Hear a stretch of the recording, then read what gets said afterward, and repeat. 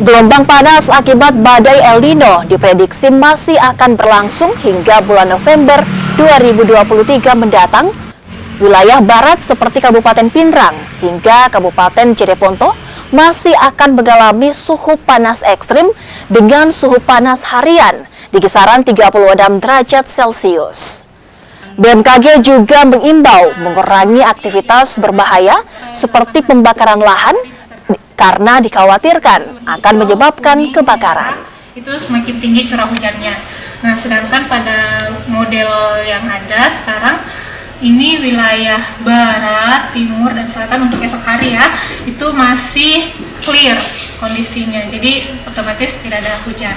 Kemudian kayak esok harinya masih seperti ini juga clear, khususnya wilayah barat ya, kita lihat dari pesisir Pinrang hingga Jeneponto itu masih clear.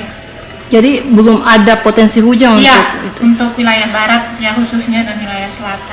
Sementara wilayah timur ini masih ada hijau-hijaunya, sehingga itu dan wilayah timur maksud saya wilayah timur dan utara itu masih ada hijau-hijaunya, sehingga itu kita prediksikan kemungkinan berawan hingga